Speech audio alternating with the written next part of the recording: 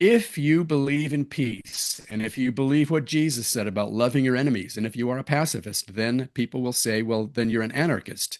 Because what you're saying is, we're going to abolish West Point, we're going to abolish the military industrial complex, we're not going to engage in threats of violence against people.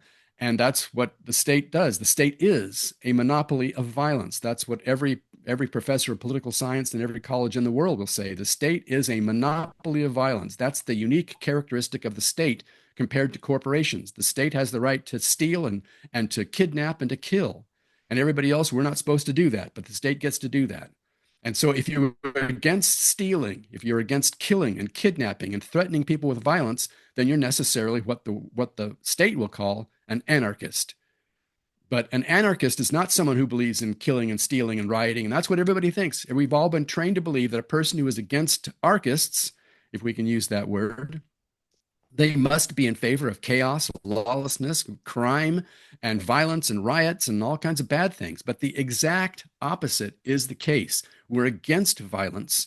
We're for peace. We're against all the things that government does. And yes, that's what makes us, technically speaking, anarchists. But obviously, we're not for lawlessness, chaos, and riots. We're for theonomy.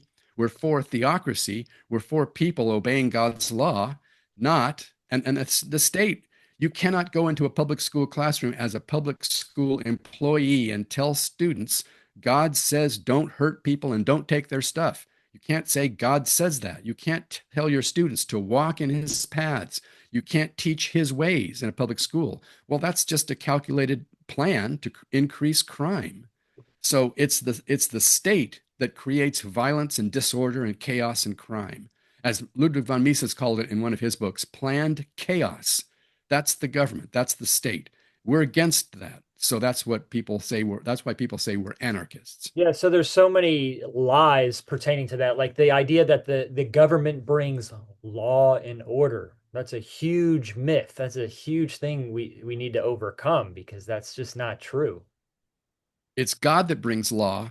And if we're obeying him, that's what causes order. The state only brings coercion and violence into the picture. And I think the Austrian economists have pretty much shown that every time the state gets involved, it makes things worse. Things get worse.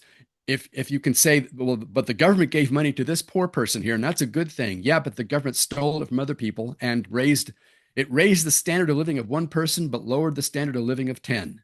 And every time the state gets involved, it makes things worse in the big picture and in the long run.